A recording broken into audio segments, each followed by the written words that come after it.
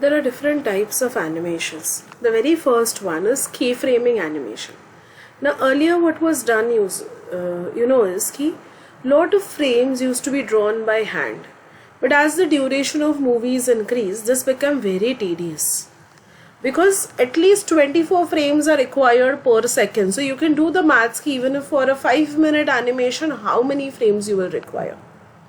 So slowly the concept of keyframing animation came up. Keyframing animations says that the animator will draw only specific critical key positions for the objects, and now rest of the frames in between will be filled by the computer. So the job of animator has reduced drastically.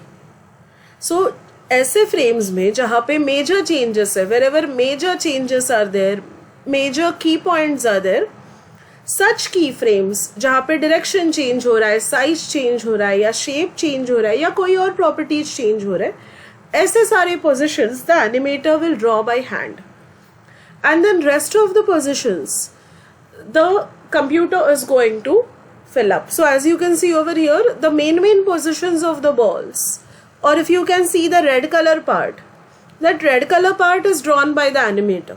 The rest of the grey color part, those frames, they are filled by the machines or the computer. So now the load or the job of the animator reduces to a very great extent.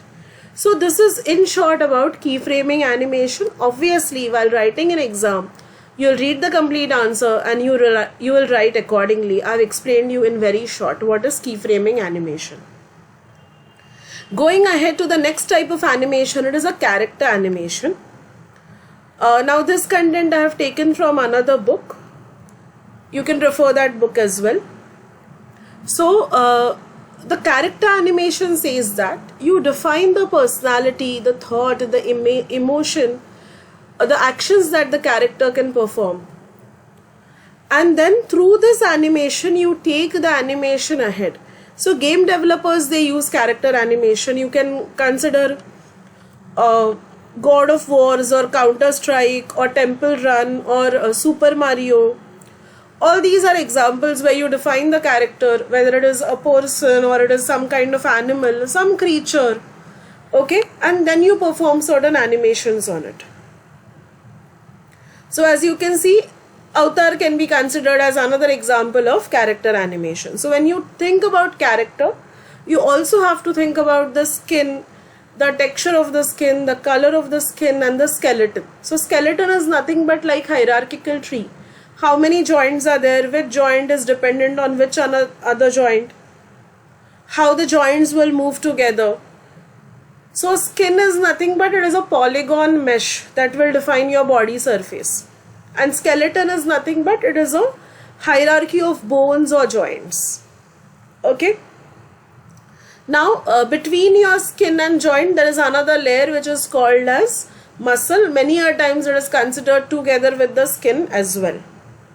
Now slowly you have to consider about physics-based animation. Physics-based animation, they typically talk about the kind of animations that will follow the laws of physics. One such kind of animation we have is particle system or particle animation. So whenever you consider a small particle, whether it is a particle of smoke, fire, water, or firecrackers जैसे particles है, या some snow is falling and you are considering snow as a particle, in any kind of particle system or in any kind of particle animation, you consider three parts. One is generation of the particle, second one is the simulation of the particle, and the third one is the extension of the particle. So generation means that कहाँ पे वो particle generate हो रहा है, कहाँ पे वो particle first time screen पे दिख कर आ रहा है. Then simulation, जैसे for example, how the particle is evolving over a time period. So maybe the color of the particle is getting changed, size of the particle is getting changed, or both the attributes are changing, the size is also changing, the color is also changing. However you want to do, you can simulate the particle. Then comes extension. Extension mein age and lifetime is something that is important. Age is the time in which the particle has been alive it is generally measured in frames.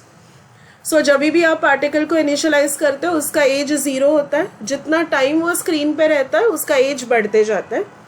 Life time is nothing but the maximum amount of time the particle can stay alive. So बहुत बार जब particle का age is equal to the life time the particle is destroyed on the screen.